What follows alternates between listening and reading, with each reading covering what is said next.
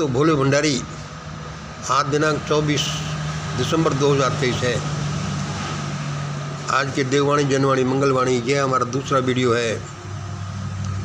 मैं उस परम सत्ता को नमन करता हूँ। ईश्वर तू सबका भला कर। ईश्वर मेरे सामने खड़ा है। आप सोचते होंगे ये भाई गप लगाता है, ये पता नहीं तो है तो कैसा, लेकिन ये ढोंग पीट रहा है कि सबका भला कर। भला बनने के लिए ईश्वर मेरे सामने खड़ा है, इसके सामने कहीं नहीं खड़ा। आप सोचते होंगे, लेकिन ये कह रहा है कि देखो ईश्वर मेरे सामने खड़ा है कि कोई इसकी बातों में आ जाए, जबकि असलियत यही है कि ईश्वर मेरे सामने खड़ा है।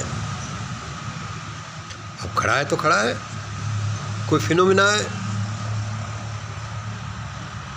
अब इसमें क्या है, आप कुछ भी समझो। आज का वीडियो सुनिए। मंगल की कहानी, यानी मेरी कहानी, मंगल की ही जुबानी। मंगल की ही जुबानी। गाली मत देना। मैंने क्या बोला है? गाली मत देना, चाहे जहर की गोली भेज देना,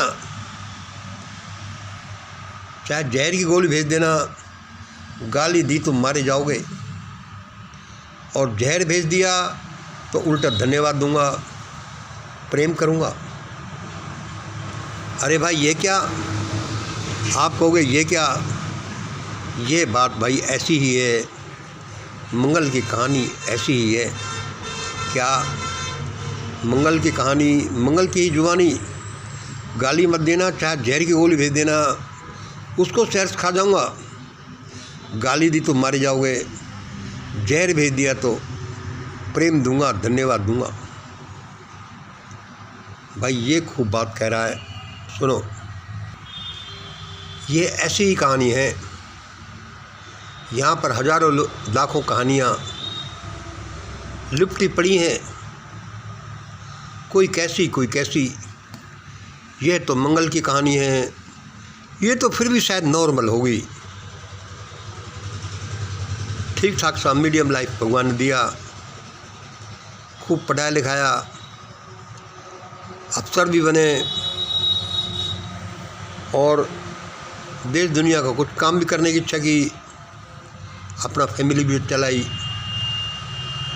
लेकिन जब मैं सोचता हूँ कि उन लोगों की कहानी कैसी हैरतअंगेज होगी, जहाँ देश में हजारों लोग थानों में एनकाउंटर में मार दिए जाते हैं, उन बहन बेटियों की कहानी क्या होगी जिनको दिन दहाड़े रेप करके मार दिया जाता है। भरी पड़ी हैं इस देश में कहानियाँ, इस दुनिया में कहानियाँ। मेरी कहानी तो फिर भी अच्छी है। मंगल की कहानी, मंगल की जुबानी। गाली मत देना, चाहे जहर की गोली भेज देना। गाली दी तो जरूर मारे जाओगे, जहर भेज दिया तो कोई बात नहीं, धन्यवाद दूंगा, प्रेम भी दूंगा। ऐसी कहानी है लोगों की।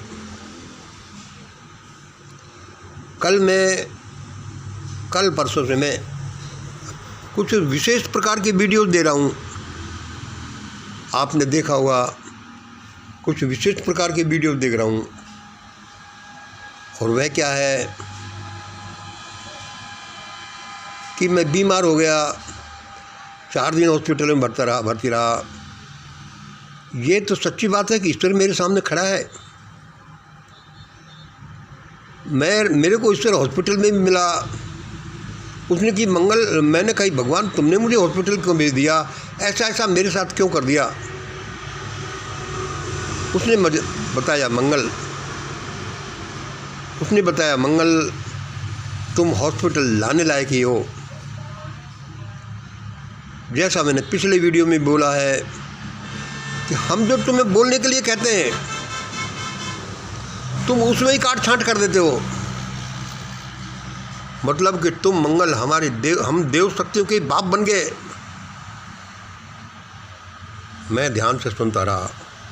मैंने कि भाई ये देव लोग, ये फरिश्ते लोग बोल तो सही रहे हैं, मैं इनकी पूरी पूरी वाणी को कहाँ बोलता था, अपने तर्कों के अनुसार उसको काट छांट कर देता था, तब बोलता था, जबकि वो ये कहते थे कि यही बोलो। रात के 2 बजे 3 बजे वो बताते थे मुझे, मैं वीडियो बनाकर छोड़ देता था, दिन में उसको वीडियो को डिलीट कर देता था कि लोग क्या कहेंगे। मंगल की कहानी, मंगल की ही जुबानी।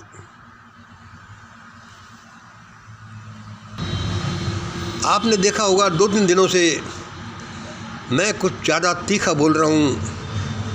मैं ये तीखा क्यों बोल रहा हूँ आपको पता नहीं। मैं ये तीखा क्यों बोल रहा हूँ, मैं ये तीखा इसलिए बोल रहा हूँ कि मुझे जो मैं अभी भुगत रहा हूँ वह नहीं करने की वजह से भुगत रहा हूँ जो मुझे करना चाहिए था। वह नहीं करने की वजह से भुगत रहा हूँ जो मुझे करना चाहिए था। मतलब मुझे तीखा पहले ही बोलना चाहिए था, मुझे अपने जीवन को पहले ही दांव पर लगाना था। जब भगवान उस पर आक्रमण करने लगा, जब जीवन को लेने लगा, तब मुझे याद आया कि मुझे तो ये करना चाहिए था। ध्यान से सुनिए।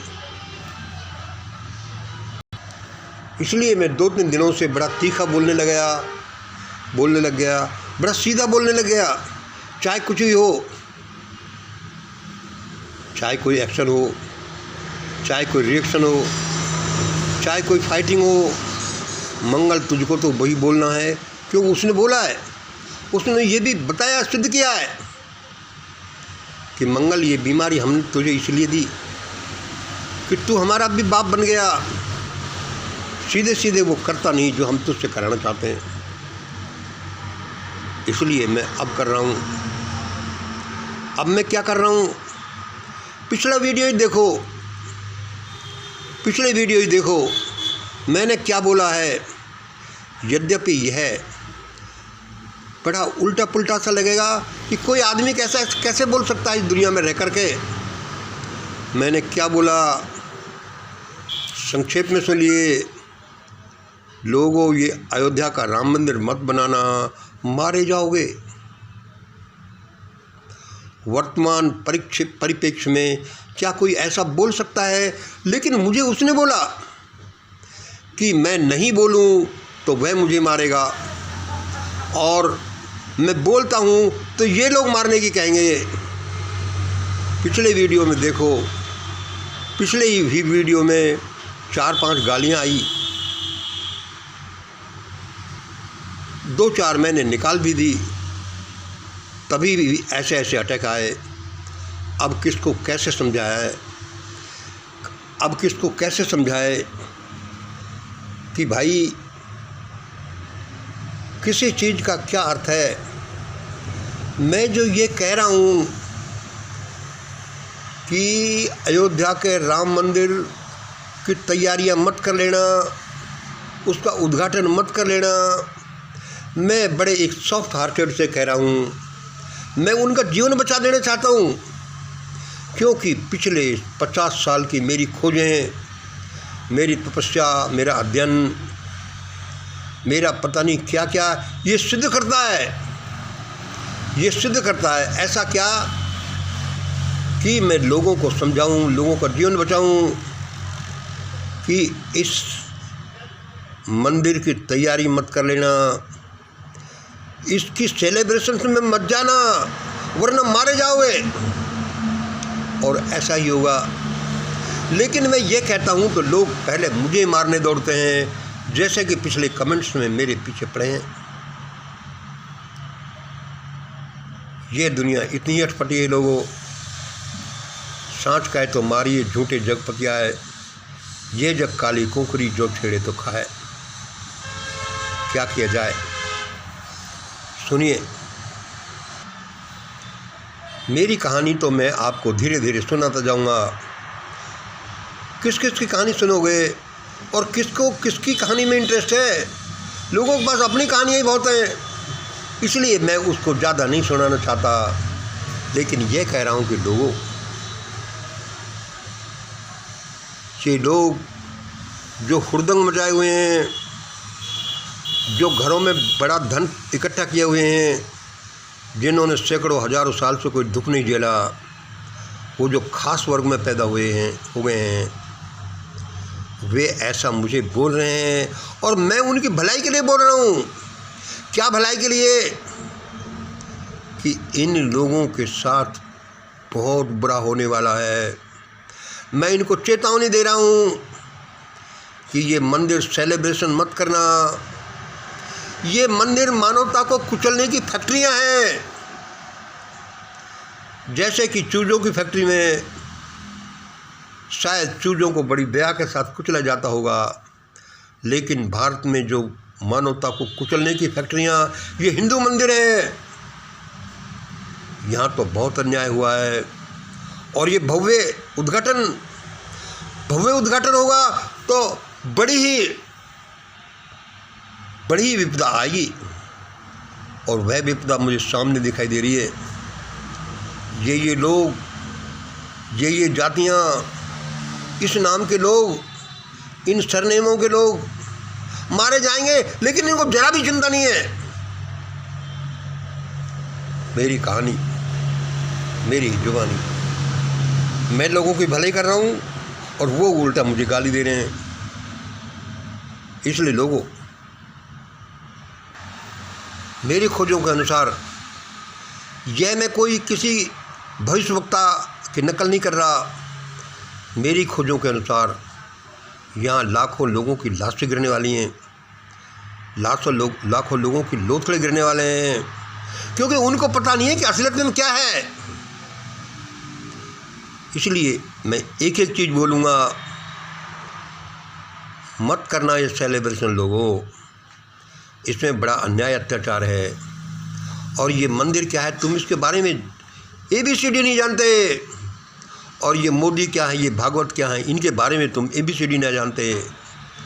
ये दुकानदार हैं, ये अपनी दुकान चला रहे हैं, ये झट से भागने की कोशिश करेंगे और तुम जातियाँ यहाँ फंस जाओगी। मैंने बड़ा रिसर्च किया है 50 साल तक कि आखिरकार इन जर्मनी के यहूदियों ने ऐसा क्या कर लिया था जो इनके साथ ऐसा हुआ। ढूंढ के लाला कर 5 साल में 60 लाख यहूदियों को मार डाला गया बुरी तरह से। मतलब 1 साल में 12 लाख यहूदियों को, एक महीने में 1 लाख यहूदियों को, जिनमें बच्चे बूढ़े सब थे। ऐसा क्या हो गया? और मेरे रिजल्ट्स ये कहते हैं कि यह उनकी कलेक्टिव कॉन्शियसनेस, कलेक्टिव डीड्स की वजह से हुआ है। परमात्मा जो मेरे सामने प्रकट हुआ है, वह इतना क्रूर नहीं हो सकता कि किसी को बिना बात दंड दे दे। लेकिन जब कोई माने ही नहीं तो वह क्या करे, वह दंड देता है।